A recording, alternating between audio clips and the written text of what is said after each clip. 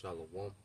First and foremost, I would like to give all praise and glory unto Yahweh, Bahashem, Yahweh Shai, Bahashem, Kakadash, and double honors unto the apostles and the elders of GMS who rule well, teach well, being great examples towards younger brothers. And peace and blessings and salutations to the hopeful lake out there, pushing his word and truth and in sincerity across the four winds. In the name of Yahweh, Bahashem, Yahweh Shai, pushing to get up out of here. Shalom to the hopeful elect, the believers, the listeners who have came back to the obedience of the scriptures through faith in Yahweh Bashim Shai. All right. And what I want to get into today, is how, the Lord, has set our enemies up for failure. All right. And he has set the hopeful elect of his people of Israel for victory, man. And this is a beautiful sight, that the Lord is allowing us to actually see the enemy fall, man. We actually seeing this nigga fall, man. All right, and we know that this devil got a few more plays left, okay, before he's finished. And the ultimate play is the MOTB, which he has to bring on, Jacob trouble, all right, civil unrest, all right. But what we're seeing, all right, is everything is not working according to the plan of these Edomites. You still have things working for this devil, but then there's things working against this devil, man, okay, in a major way. All right, so what we're experiencing is the fall of our enemy right before our eyes, man. We're living in that moment. We're living in that time, man. All right, these are the times that's going to be talked about in the kingdom, because the elect are going to see this thing all the way through, the whole fall of our enemy, okay, and the deliverance of Yahushua. Even those that die at the end of this thing for the testimony of Yahushua, all right, they lived during the fall. And they're gonna get to say they was resurrected at the return of Yahushua, man.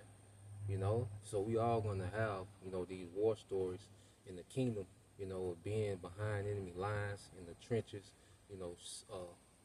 teaching his word, being amongst the body, the brotherhood, because always, certain events, and it's like, where were you, when this happened? Where were you when this event happened? Certain events that happened, that changed the course of history, and people talk about where they was at and what they was doing. Well, we got their boast, we have their boast, man. Hey, we in that time, all right, where Yahweh Bashim Shai, the Heavenly Father's getting ready to send Yahweh Shai, man. We're getting ready to see the skies filled with chariots, man. As birds flying, as the scriptures say. And it just made me think of them seeing these buzzards, circling, in the sky now. It just made me think of that precept. But let's go here. This is the book of Psalms 37 and 7. It says, rest in the Lord and wait patiently for him. Fret not thyself because of him who prosper in his way, because of the man who bringeth wicked devices to pass. And that man is Esau Edom, And the Lord has allowed this man to bring wicked devices to pass because it was prophesied that he was going to get so far within his new world order. So this man has been able to enchant the masses of people. This man has been able to steal the resources of the earth. This man has begun, setting up a digital infrastructure for his new world order. All right, so he's been able to prosper in his wickedness, man.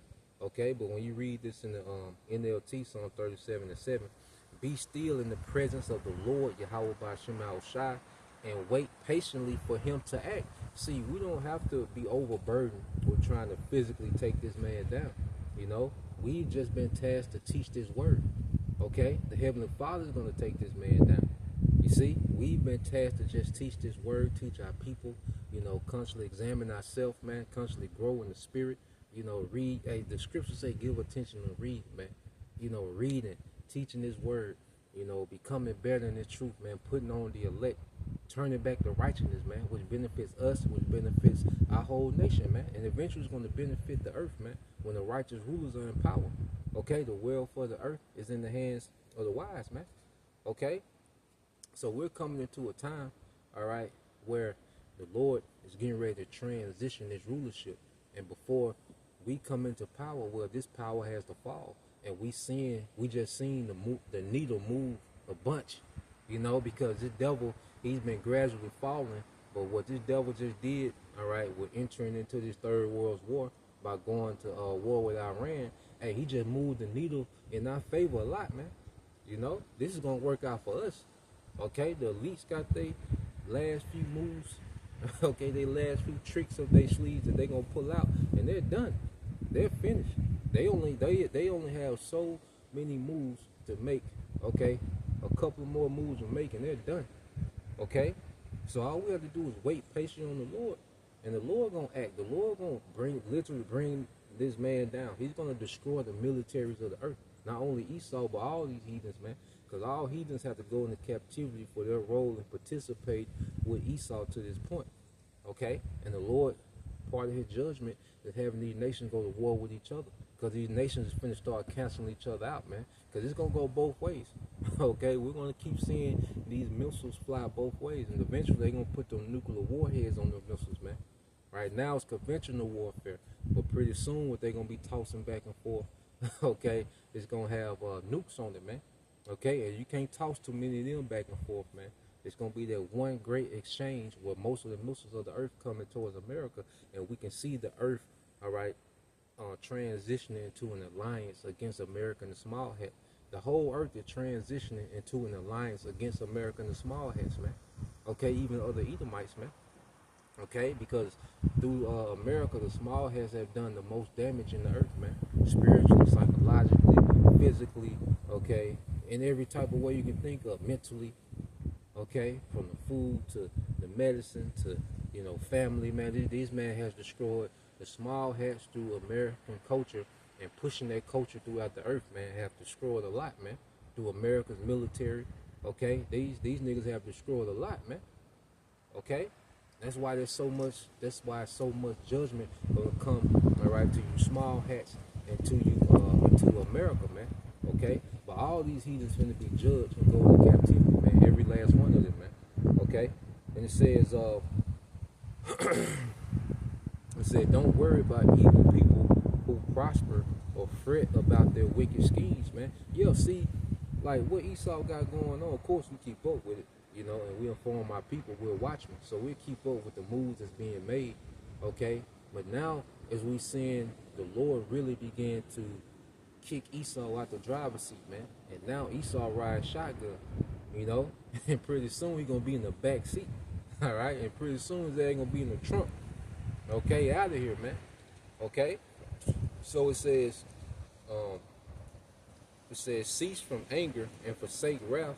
Fret not thyself in any wise to do evil, man. Because trying to take Esau down, all right, and not waiting on the Lord, well, that's evil.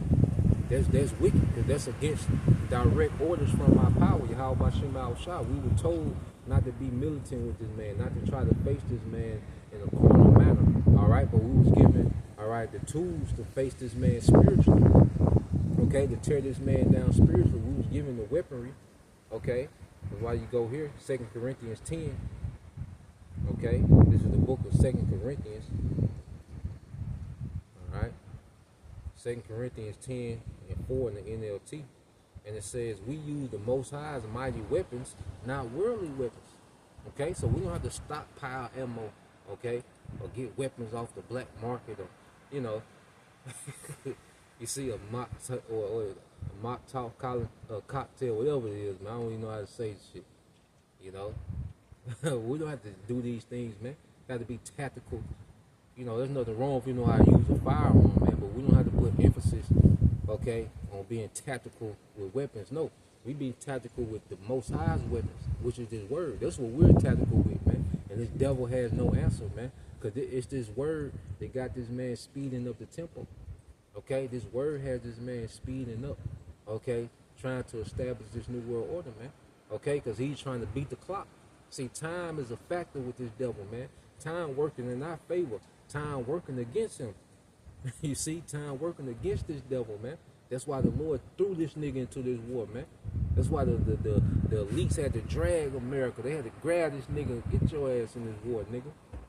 Okay? And you see why America was hesitant, man. Okay? You weak, cowardly, goddamn Americans, man. Babylon, man. You see? So, let's go here. It said we use the Most High's mighty weapons, not worldly weapons, to knock down the strongholds of human reasoning and to destroy false arguments, man. Because this whole empire was built on deception and falsehood. Okay, and that's why this devil is having a hard time pulling off this new world order, because his falsehood, especially the narrative with the small hats, saying that they are the people. And that's one of the biggest things that's working against this devil, is people not buying that we're the chosen people. They do all this wickedness. They get to wage war, pull out the Bible and say we're chosen, we're justified, we're the victim. Remember the H cost. Okay, if you know what that is, remember the H. He can't even, if he don't, all his wickedness. All right, the H cost, they don't even work anymore. It's a time where you can just pull out the H cost. Okay, the event that happened in World War II with the nigga with the mustache in Germany, and the Chambers, and all right, the Anne Frank. Okay, see, it was a time where he used to be able to bring that event up. Okay, and everybody would fall back. But now none of that's working, man, because this truth has tore down all the lies and false arguments, man. They don't fit the narrative of the real people. When you go into the Bible, they don't fit the narrative of the real people. They fit the narrative of the imposters, the Idumeans that was going to be over there. That's the narrative that they fit, man. Okay, so let's go back to Psalms. Okay, let's go back to the book of Psalms.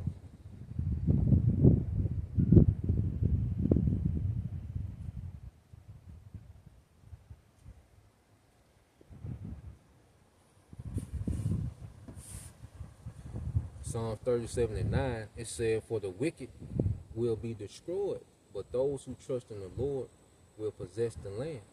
Okay? And that's the elect of Israel, because the elect of Israel was given faith, the gift of faith to trust in the Lord. You see, the wicked, they finna be destroyed. All this bullshit Esau got. That's why we should be detaching, man. We detaching from, the Lord put us in the spirit to start detaching from everything that he's about to destroy. Even certain, all right, not even just buildings and infrastructure, but cultures and mindsets. The Lord is going to destroy certain cultures and mindsets in the earth, man. And that's why we should be detaching from these things more and more. We're just detaching from everything that the Lord is going to destroy, man. Okay? And it said, "For the wicked will be destroyed, but those who trust in the Lord will possess the land." Will possess the land. See, we're finna get our inheritance, man. Beginning, the true Israelites going to Israel, man. And see, another thing, Esau trying to do this greater Israel project, nigga, that's not your blessing, nigga. Esau just gonna try to bully his blessing. You see, but guess what? The sword that the Lord bless you with, now that sword is a curse unto you. Okay? And now he's allowed these other nations to level up on their sword, to get busy with your ass, man, and you finna be out of here, man. Okay? So we in some beautiful times, man. Okay, verse 10 says, "Soon the wicked will disappear." His influence is going to disappear from the earth, man. His authority is going to disappear from the earth. And after 1,000 years, because after he served that captivity, he's going to literally disappear, man. Be exterminated, man. Okay, it said, "Though you look for them, they will be gone." Okay, the lowly will possess the land, the meek, all right, and will live in peace and prosperity, man. Okay, and that's the end game that the Lord always had in mind from the beginning. And one thing the truth does too is humble us down, man. Because being humble doesn't mean that you're timid and you're a pushover. That means that you reverence a higher power. Okay, you reverence Yahweh Bashim Shai. Okay, and you reverence other people. You considerate about your people, man. Okay, you're meek. You don't look at, no matter how much rank you got, how much wealth you got, you don't look at your people as nothing. No, man, you consider your people as well, man. You have a sincere love for your people, man. And you use because rank and wealth is supposed to be used to forward the nation, not forward the individual, man. So being meek ain't being, all right, this timid pushover. That ain't meek, man. Meek is understanding there's a higher power, okay, and everything that also understand that we have limitations and we need a higher power. Okay, and we trust the higher power, man. That goes into being meek. Okay, and then also being considerate of your people as well, man. Okay, so yeah, man, just wanted to get into that, man. The Lord set us up, for a victory, man. And it's a beautiful thing to see our enemy lose, man. So Lord will, you brothers, all right, and you sisters edified. Till next time I say shalom. Kwam Yashala, Abba, Abba, Soon, Shalom.